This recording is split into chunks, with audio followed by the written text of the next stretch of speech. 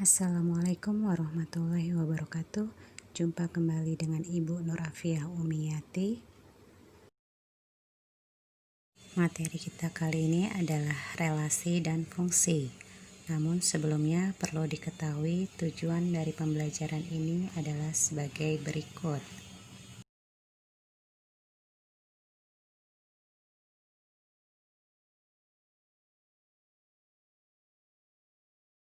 Kita awali dengan relasi. Relasi adalah aturan yang memasangkan anggota himpunan A atau domain dengan anggota B atau kodomain. Menyatakan relasi nanti dapat dilakukan dengan 3 cara. Yang pertama, diagram panah. Kedua, diagram kartesius. Ketiga, himpunan pasangan berurutan. Pada relasi nanti dikenal juga ada yang namanya domain atau daerah asal, kodomain daerah kawan, dan rank daerah hasil. Untuk lebih jelas kita masuk ke dalam contoh. Diberikan sekelompok siswa mengikuti beberapa ekskul. Perintahnya membuat relasi dalam bentuk diagram panah, koordinat kartesius, dan pasangan berurutan. Sebelumnya kita kelompokkan dulu sekelompok siswa, kita anggap himpunan A, ada Akmal, Dina, Bella, Ridwan. Ekskulnya itu kita kelompokkan himpunan B. Langkah pertama membuat diagram panah, sediakan dulu tempatnya berupa kotak atau mungkin boleh lingkaran. Kelompok A kita data Akmal, Dina, Bella, Ridwan. Kelompok B kita beri anggota ekskul pramuka, basket, paskib, penari. Sesuai perintah relasinya mengikuti ekskul, taruh atas ekskul. Lalu kita pasangkan dengan panah penunjuknya. Akmal pramuka basket, Dina paskibra, Bella paskib menari, Ridwan basket. Selanjutnya untuk koordinat kartesius, seperti biasa dalam koordinat ada sumbu vertikal dan sumbu horizontal. Vertikal kita kelompok B, horizontal kelompok A. Data anggota-anggotanya lalu kita pasangkan sesuai soal. Akmal pramuka basket, Dina paskibra, Bella paskibra menari, Ridwan basket. Himpunan pasang berurutan jangan lupa ada kurung kurawal, lalu kita pasangkan. Akmal menyukai basket dan pramuka, hati-hati ini harus dipisah. Akmal pramuka, Akmal basket. Dina paskibra, Bella paskibra, Bella menari. Muncul 2 kali lagi namanya. Terakhir Ridwan basket. Terakhir ditutup dengan kurung kerawal. Contoh nomor 2, diberikan himpunan A, himpunan B. Perintahnya membuat diagram panah dan pasangan berurutan dengan aturan 2 kurang darinya. Langkah pertama untuk diagram panah kita buat kotaknya untuk A dan B, lalu ikuti relasi aturannya 2 kurang darinya.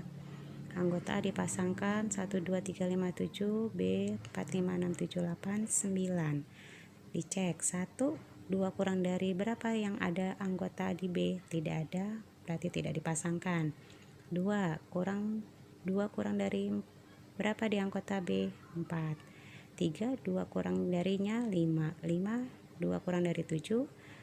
7, 2 kurang darinya 9. Yang tidak punya pasangan tidak masalah. Himpunan pasangan berurutan kamu pasangkan yang berpasangan 24, 35, 57, 79. Untuk domain daerah asal seluruhnya punya pasangan, tidak punya pasangan 1, 2, 3, 5, 7 masuk. Kodomain pun sama 4, 5, 6, 7, 8, 9. Untuk rank barulah yang mempunyai pasangan 4, 5, 7, 9. Masuk contoh ketiga, relasi yang tepat dari diagram di bawah ini. Nah, tugas kalian mencari rumus 1 ke 1, 4 ke 2, 9 ke 3, 16 ke 4. Yang lebih tepat adalah C kuadrat dari 1 kuadrat dari 1, 4 kuadratnya 2, 9 kuadratnya 3, 16 kuadratnya 4. Hati-hati, bukan lebih dari ya. Berikutnya kita masuk ke fungsi atau nama lainnya pemetaan. Fungsi adalah relasi yang memetakan setiap anggota A atau domain tepat satu ke anggota B. Berdasarkan 3 contoh relasi yang sebelumnya sudah kita pelajari, Yang bisa dikatakan fungsi nanti adalah contoh yang ketiga, karena domainnya tepat satu memasakkan pada kodomain. Untuk lebih jelasnya kita perhatikan diagram panah berikut. Ada 4 diagram panah, mana yang merupakan fungsi kita cek satu persatu. Gambar ke-1 dikatakan fungsi. Kenapa? Karena domainnya mempunyai pasangan semua dan tidak bercabang. Jadi fokus di domainnya. Walaupun nanti kodomain ada yang tidak punya pasangan ataupun ada yang bercabang, ketika domain mempunyai pasangan tepat satu, dia fungsi. Gambar kedua fungsi atau bukan? Bukan fungsi. Kenapa? Karena ada satu yang tidak memiliki pasangan. Gambar ketiga fungsi. Kenapa? Karena si domain semuanya memiliki pasangan tepat satu, tidak bercabang. Gambar keempat bukan fungsi. Kenapa? Karena ada yang tidak memiliki pasangan dan juga bercabang. Rumus banyak fungsi atau pemetaan himpunan A ke B nanti adalah banyaknya B dipangkatkan banyaknya A. Begitu juga dengan rumus fungsi atau pemetaan dari B ke A, maka nanti rumusnya banyaknya A dipangkatkan banyaknya B. Terakhir adalah korespondensi 1-1. Korespondensi 1-1 adalah fungsi yang memasangkan setiap anggota A tepat satu pada anggota B dan sebaliknya. Jadi nanti biar mudahnya, ciri dari korespondensi 1-1, banyaknya A harus sama dengan banyaknya B dan semuanya berpasangan. Untuk lebih mudahnya kita lihat contoh nomor 4. Mana di antara berikut yang bisa jadi relasi fungsi dan korespondensi 1-1? Berarti ini 3 poin yang berbeda ya. Kumpulan nama negara dan bendera. Indonesia punya bendera sendiri, Malaysia punya bendera sendiri, Singapura punya bendera sendiri. Jadi ketika ada kelompok A jumlah negaranya 5, maka benderanya juga pasti ada 5 dan semuanya memasangkan 1-1. Maka dia bisa jadi korespondensi 1-1. Ketika sudah korespondensi 1-1 pasti relasi, pasti fungsi. Paham ya? Jelas? Kalau sudah korespondensi 1-1 dia pasti fungsi dan juga pasti relasi. Contoh yang kedua B, kumpulan siswa kelas 8A dengan ukuran sepatu. Siswa 8A misalnya banyaknya ada 20, ukuran sepatunya 20 juga nggak banyaknya? Tidak ya, karena ukuran kelas 8 misalnya berkisar di 38, 39, 40. Si A ukuran sepatunya 38, B 39, C 38, D 40. Nah, di situ ternyata pasti jumlah siswa sama ukuran sepatu beda. Maka tidak bisa jadi korespondensi 1-1. Tapi bisa jadi fungsi nggak? Bisa. Karena tidak mungkin ada siswa yang si A ukurannya 38 tapi 39 juga. Nah, tidak bercabang ya.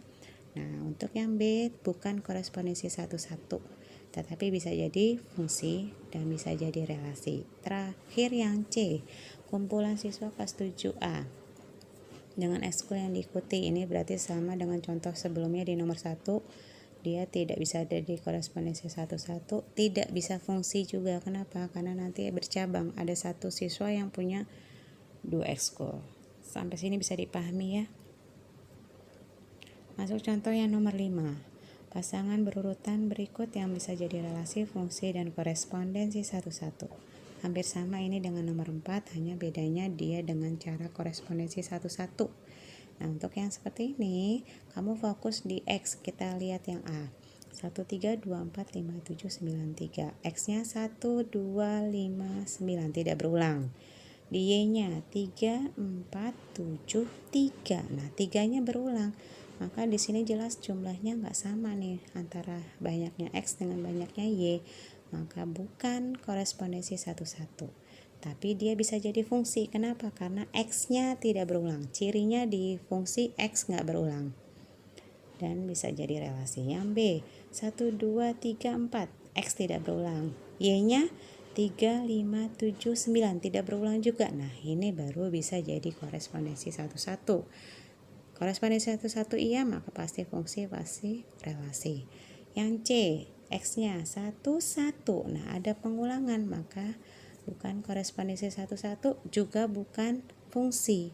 Kenapa? Karena berulang, maka dia hanya bisa jadi relasi. Masuk contoh nomor 6. diberi himpunan A bilangan ganjil kurang dari 8, himpunan B bilangan prima genap. Tentukan banyak pemetaan yang mungkin dari A ke B dan B ke A. Sampai di sini kita data dulu banyaknya A itu siapa aja anggotanya.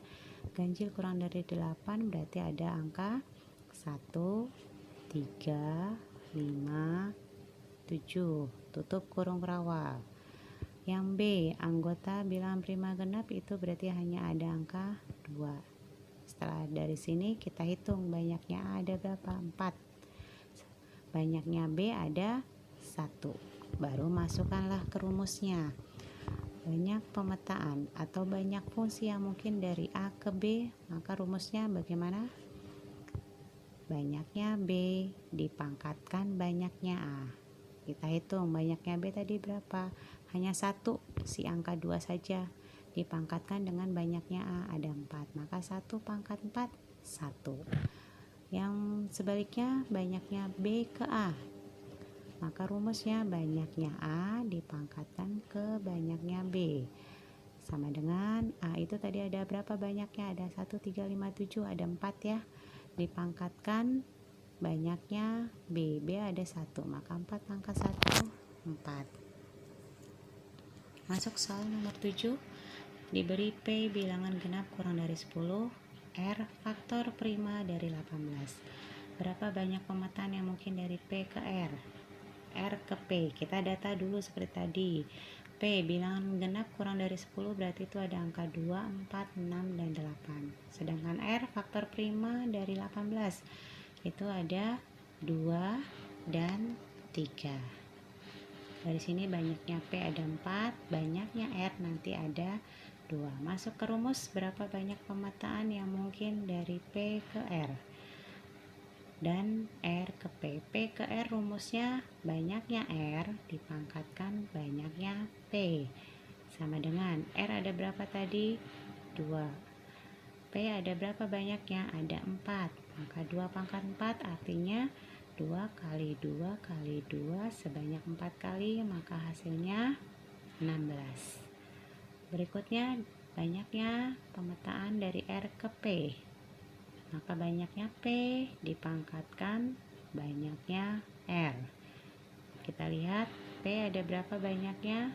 4 dipangkatkan R banyaknya ada 2, maka 4 pangkat 2 16. Nah kebetulan sama ya. Demikian penjelasan kali ini, semoga bisa dipahami. Wassalamualaikum warahmatullahi wabarakatuh.